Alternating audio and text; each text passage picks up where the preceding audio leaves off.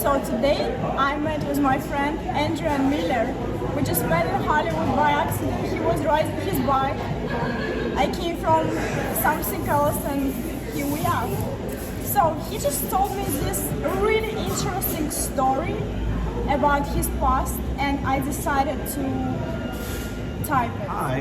Hello. And thank you for having me. Of course, absolutely. I don't get on many shows, you know. That's how you do, right? We were actually talking about our mutual Yeah. Razcats. Right, love you Raz. Either way. One love. Yeah. In an era where everybody, I guess this is the same era where everybody wants to be a rapper now. Right.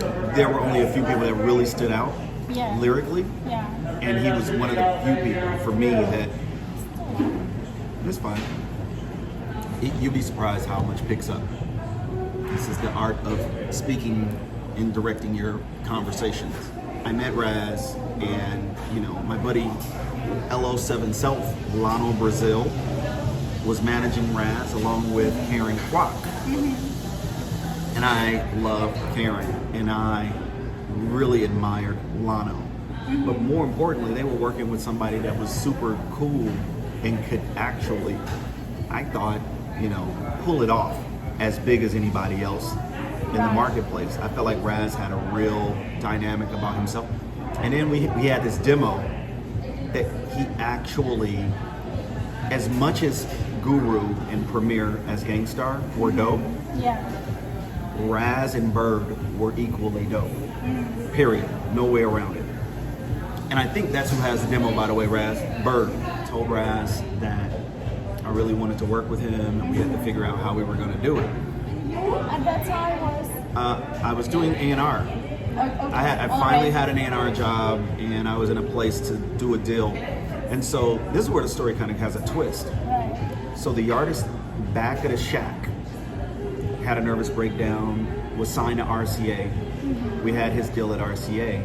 And so they told us, you can let him out of his deal, but you guys are still on the hook to put out a record with us. So what are you gonna do? And then my boss has called me and said, what happened to that guy? You're always listening to his demo. You're always in our face because, you don't know how to get an artist signed. So you just keep trying and trying and trying. Next thing you know, it's part of your DNA that you're listening to the same thing over and over. You're bugging the shit out of everybody. And I was listening to Raz's demo way more than he was listening to it. Oh wow. Yeah. And so I took that, for face value as the opportunity. And so I called my boss and I said, yeah, I can get this guy in here.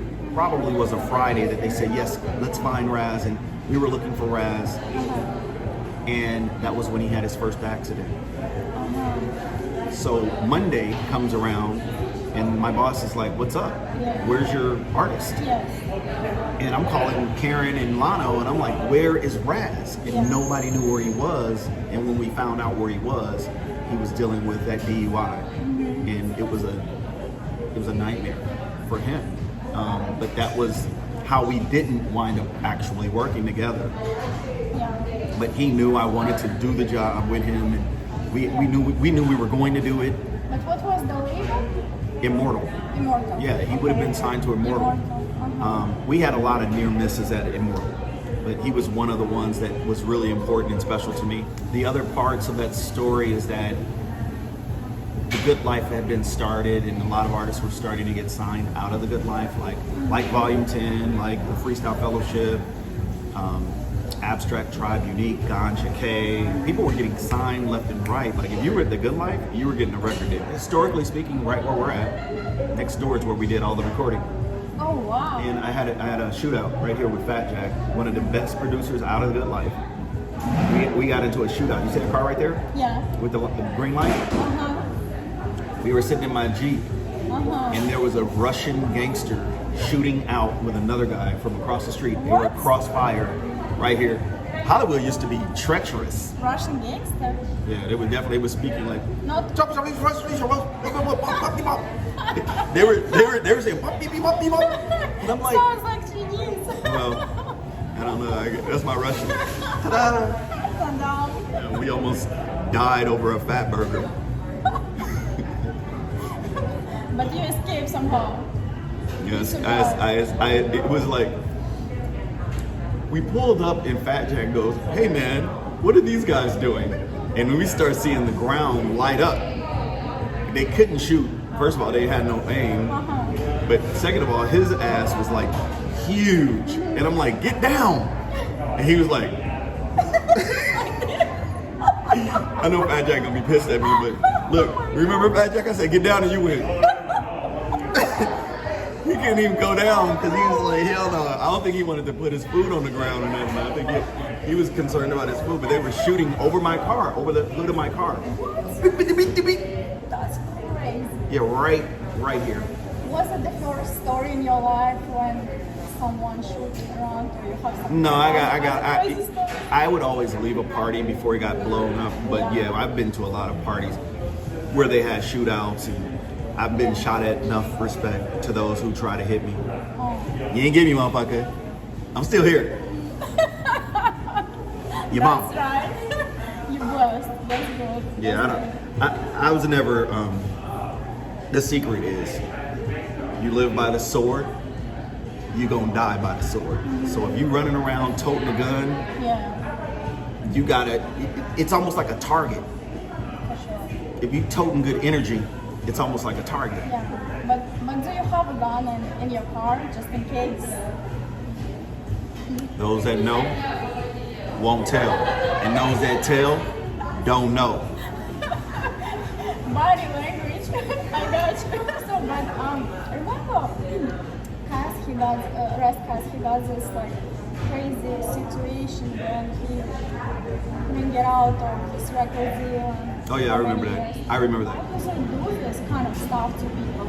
Like, why is he just don't let you go out of record deal? Well, here, I think it's a mental capacity.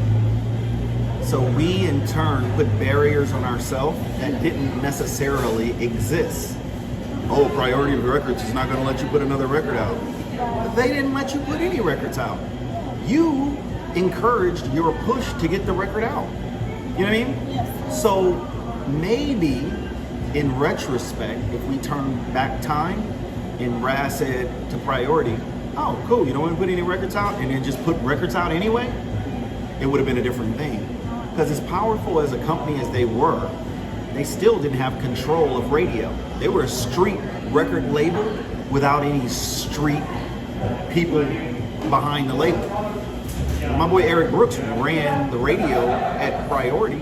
He was so busy trying to get records played, if you just took off and started getting your own record played, he probably would have just chased the success of it. So we don't, there's two sides to the story, and I like to look at things from a positive perspective.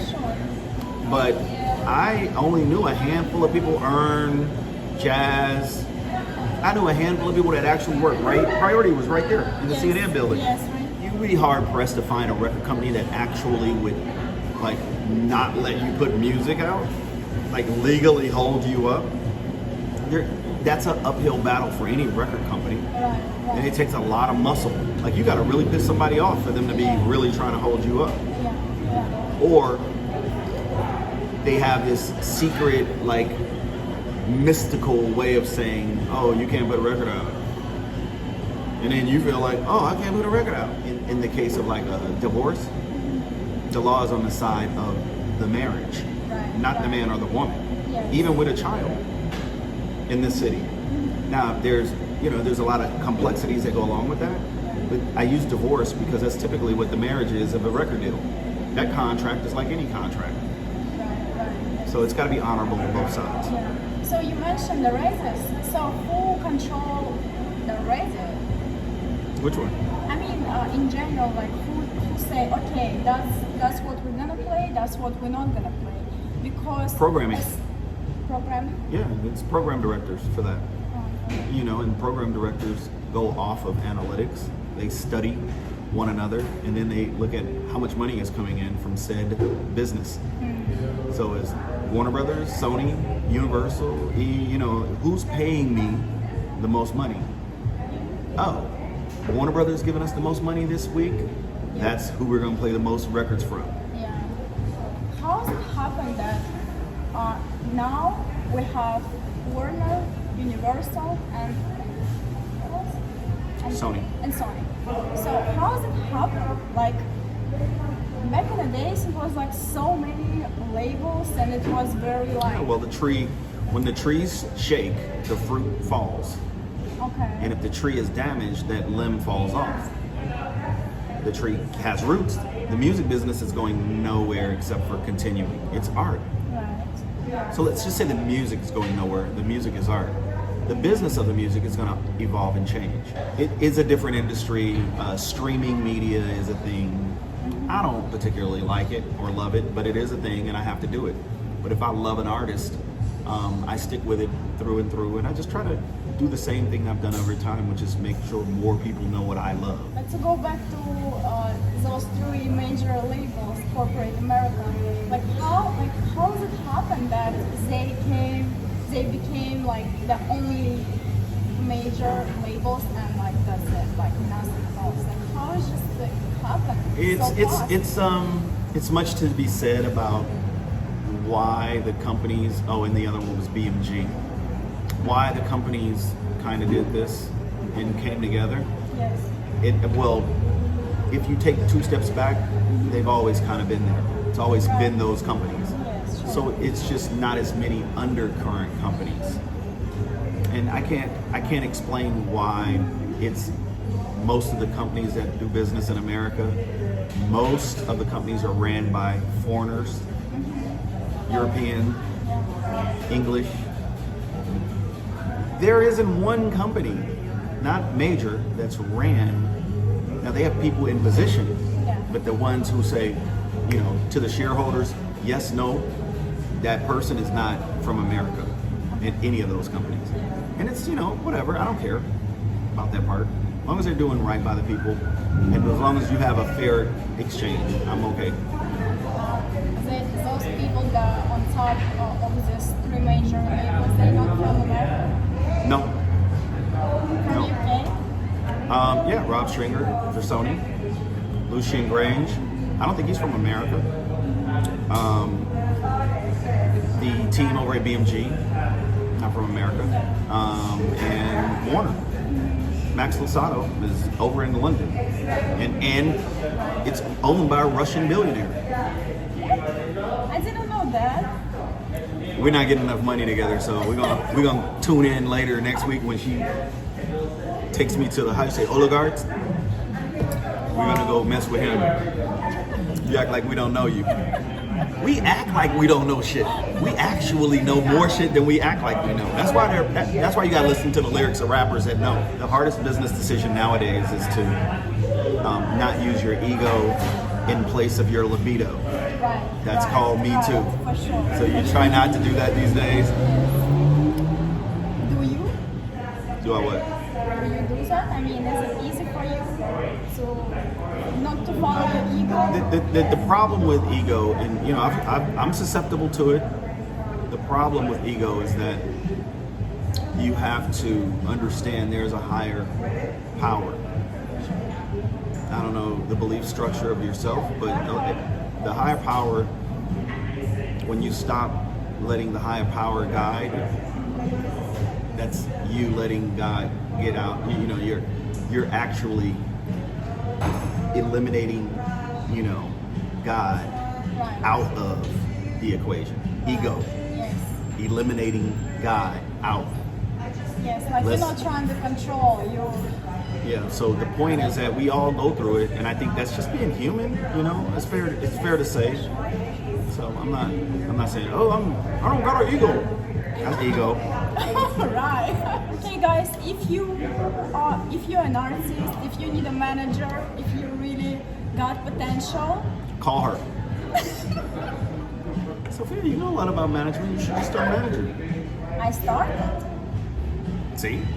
I already started See? with Gerald. Exactly. And I knew his name was going to show up. Hey. You heard this? And why not the whole alcoholics? What happened? No, why you don't manage all of the alcoholics? The licks. Yeah, the thing is, I started with Gerald, but now we just got a future for all of them, and like I did that deal, so it's kind of little by little, but Look, we'll see. Sofiia manages the licks now. and King T, and Exhibit, and Raz. Oh, wow. She's got a big management firm. I am basically coming to work for her. Oh, wow. I'm gonna Okay. go get my job together. Okay. Maybe I can get a couple of, you know what I mean? Finish your drink and let's get started. I'll tell you what to do next. Okay, I got work to do. All right.